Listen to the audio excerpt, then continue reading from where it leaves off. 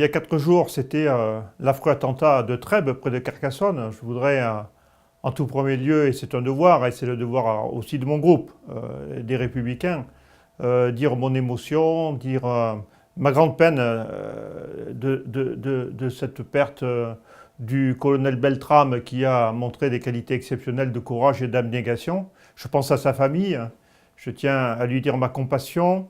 Et puis je pense à la gendarmerie nationale, bien sûr, pour qui la perte de cet officier supérieur est également partagée avec beaucoup de peine.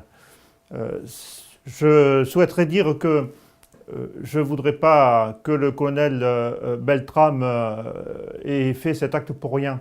Je crois qu'il faut en tirer tous les enseignements. Voyez-vous, les terroristes souvent indiquent qu'ils sont prêts à mourir pour l'islamisme radical. Eh bien justement, le colonel Beltrame a montré qu'on pouvait aussi mourir pour défendre les valeurs de la République, et ce geste est très grand. Il doit nous servir de guide.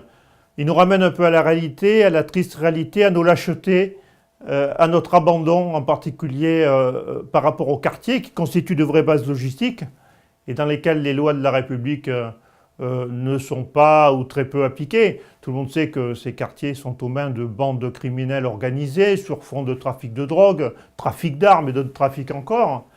Et depuis des années, l'État n'est pas capable de restaurer les lois de la République dans ces quartiers, laissant les habitants d'ailleurs comme pris en otage par ces bandes-là. Si on veut mettre à mal le terrorisme, il faut avoir une stratégie. La stratégie aujourd'hui est de neutraliser les bases logistiques. Et neutraliser les bases logistiques, c'est presque simple. Il faut réarmer l'État, là où il s'est désarmé, là où on a renoncé, là où on a fait preuve de tant de lâcheté. Il faut faire respecter les lois de la République dans nos quartiers. Voilà l'objectif à atteindre. Et si on fait ça, d'abord on aura le soutien des habitants qui sont pris en otage dans ces quartiers, mais en plus, on réussira à porter un coup fatal aux terroristes, parce que c'est dans ces quartiers-là, c'est au sein de ces bases-là, qu'ils ont leurs armes, leurs contacts. C'est là que les jeunes, bien sûr, sont entraînés dans la voie de la criminalité. C'est là que nos jeunes aussi sont approchés par les salafistes.